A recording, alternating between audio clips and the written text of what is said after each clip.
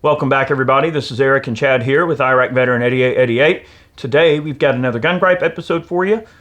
We are going to talk about the perceived and temporary victory when it comes to this brace fiasco. We're going to dive into it a little bit, and this won't be a super long video. I just want to bring up a couple of things. I would like to take a moment to thank our friends at Sonoran Desert Institute. SDI has some awesome gunsmithing programs. If you're interested in learning more about firearms technology, furthering your career, they accept GI Bill. Check them out. Great online programs, distant learning, wonderful people, and we appreciate them supporting Gun Gripes. All right, so let's break into this a little bit. You guys may know we did make a video talking about the comment period opening up for braces. The ATF basically laid out that they had a desire to potentially reclassify braces or any firearm containing a brace as an NFA item and subject to the purview of NFA, everything like that. And of course, I think at the time, it's worth mentioning now that of course they've rescinded that. We're going to get into that here in a moment. It's sort of a temporary victory. It's a tiny, tiny, tiny victory in a very, very large-scale war for your rights. So it's worth mentioning.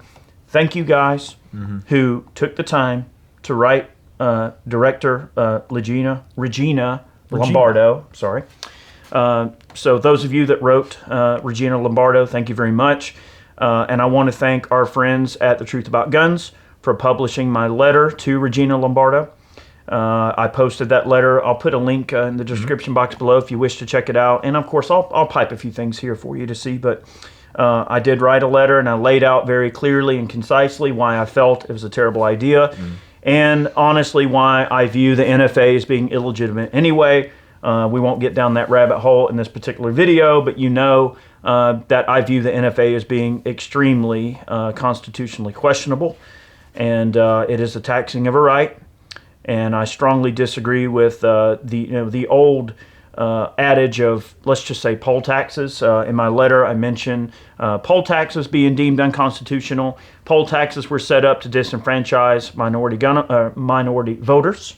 Okay, when you look at what the tax stamp originally was submitted for, in today's money, it would be roughly about $2,400–2,300. Considerable amount of money. Talking about the NFA? Yeah, $200. No. Yeah, it's well over $4,000. Oh, so yeah, with inflation. Yeah, well, even more. Okay, but it's a ton of money, right? If it were in $200 in today's money, it would be a tax so burdensome and so high. Appreciate that. That it would, of course, disenfranchise anyone who wanted to own that type of firearm. Now, I digress. Without going further down that rabbit hole, Chad, let's break into it. So there's two things. All right, one, everyone is touting this as a great victory. Okay, like, hey, yeah, we made the ATF back off. Well, there were 73,536 comments received. All right, initially within the first several days, there were only like 20,000 comments, and then all of us on social media were pushing for like, hey guys, if you want to leave a comment, you need to leave a comment. And actually show your support for this. I mean, how many braced firearms are out there? How many braced pistol owners are out there? Millions? I mean, how many millions of gun owners own these devices? How many thousands of jobs would it affect? And, 73,000 people care. That's a little bit disheartening, in the big scheme of things. So was this really a great victory, a 2A victory, or is it just the ATF kind of backing off and just biding their time because they're planning something else, or that they know that with an oncoming administration that we have with a Democrat-controlled House, Senate, and presidency, that then it'll just become a moot point. Well, what does an opinion letter matter, or what does a change of some specification matter when Biden can just get passed through Congress everything he wants anyway? Yeah. So maybe they just saw it from a regulatory standpoint. It's just being a moot point. Maybe they knew the oncoming administration was going to, give them everything they wanted. Yeah.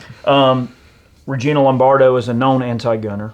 No. So is Marvin Richardson as well. Marvin Richardson. Now, I do want to just mention this, and I don't want to make this an incendiary issue for some people, right? I have to give credit where it's due, and I just have to look at this in the way that I have to look at it, right? Doesn't mean I agree or like Mitch McConnell necessarily. I know some people are not happy with Mitch McConnell. I know some people like Mitch McConnell. But I will say that Mitch McConnell was, at least in tiny part, responsible for getting the ATF to back off on this. There was definitely a lot of concern over. Now, guys, I'm reporting here. I'm not saying this is how I feel personally. This does not represent my personal views. Okay, I'm reporting, sort of in a crude redneck way that I do. All right, we're your neighborhood redneck reporters. Okay, we have to call it like we see it. But tonight on the nightly news. But there was certainly concern with the DOJ and everything over the amount of tax revenue that would be affected by this. I mean, you're talking about a multi-billion-dollar industry being affected. The brace as a device has completely revolutionized and changed the innovation within the firearms industry. It has affected millions upon millions and millions of dollars, millions and millions and millions of dollars of revenue. And I think when they caught wind of that, they're like, oh, we didn't realize this was such a hot button thing, right? Yeah. So while I won't sit here and say, oh, well, whatever their motivations were, that was one reason that the ATF backed down. So don't think that this is some, raw victory. Like, don't be so fast to celebrate. It is a tiny, tiny skirmish. You need to sit back and observe the battlefield. Observe the battlefield and know who the bad guys are and who isn't. Regina Lombardo is a known anti-gunner. And she probably has a overall disdain for gun owners in general. So I guess she's in the perfect job of being in the, in the business of infringing on people's liberties. So you know how we feel about this subject, and I'm not going to interject a lot of that in there because the letter says everything I need to say. I don't need to say anything that's not in the letter, right? And it's public record. It's on Truth About Guns. Check it out. And there's some interesting comments too that people left up on the webpage for Truth About Guns too. The comment sections are always interesting. They are. And, all right. Anyway, we just want to make this video to let people know that it is a tiny victory. We wanted to acknowledge it. And in case you don't know, we were on a little bit of a Christmas break. We're getting back into filming. I know this may be old news to some. Some of you, this may be new, but we wanted to acknowledge it. And I wanted to share my letter here on YouTube for our viewers to read. Some of you follow us on Twitter and Instagram and Facebook and, Parler until Amazon shut it down. But we are on Parler as well and Rumble. I'll quickly mention, some of you that follow us on social media, obviously, throughout break, I've been posting about this type of stuff and posting memes and things, but we haven't had a chance to make this YouTube video until now. We've just now gotten back to filming, so I hope you understand. We're not trying to ignore what happened or be late on it, but we're back now.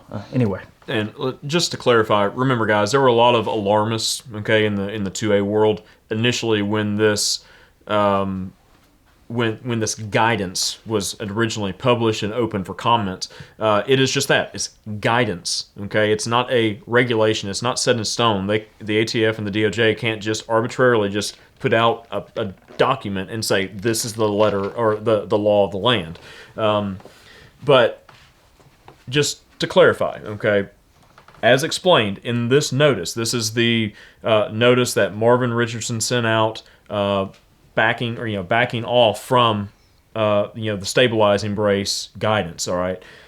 As explained in this notice, the proposed guidance was not a regulation. The notice informed and invited comment from the industry and public on a proposed guidance prior to issuing final guidance or a final guidance document. So were they just pulling back and they're still going to issue the final guidance document in the future and just surprise everyone? That's anyone's guess. That is anyone's guess. And all we as gun owners can do is speculate and just kind of keep things, just keep this in the back of your mind. All right? Don't forget about it. Right.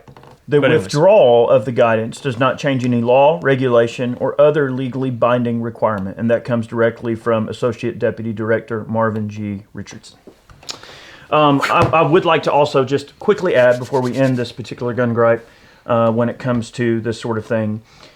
Trump set forth an extremely, extremely terrible precedence by using executive fiat to ban bump stocks. Yep. because we've said it before and we're going to say it again. And I know I'm preaching to the choir, and I know I'm probably beating a dead horse at this point.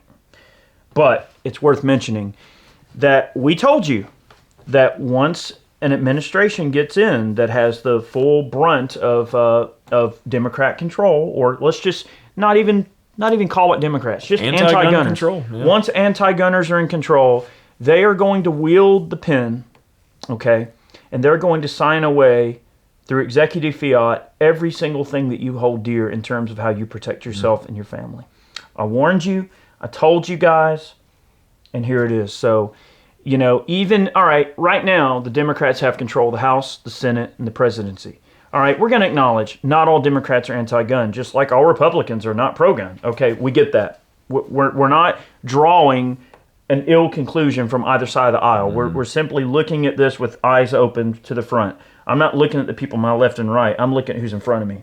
That's what I care about. And they have set forth a very deadly precedent.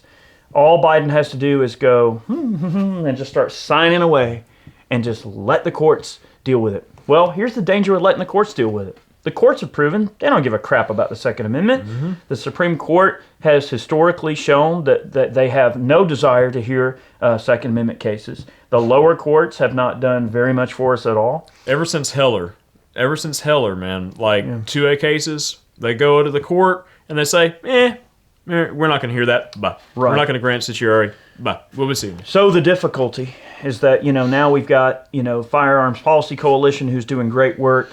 Gun Owners of America, they're doing great work. I donate to both of those regularly. I suggest you as well, if you can. Especially FBC, they're putting forth the full legal hammer that they have available. They got to feed that lawsuit printer. Oh, boy, sorry. That lawsuit printer is ticking. And that ink costs money. And all of these lawsuits cost a ton of money. Oh, man. And they take a long time. Oh, gosh. So, FPC, if you're listening, y'all are doing a great job. And don't think that we don't see what you're doing. And we appreciate it. So, guys, a temporary victory in a very tiny skirmish, but I'll take a victory any day, but I won't let it define me. I'm worried about what's in front of me, not what's behind me or to my left and right. And that's also ideology-wise, political-wise, doesn't matter. I'm concerned about what's ahead of me. All right, that's what we need to be concerned about.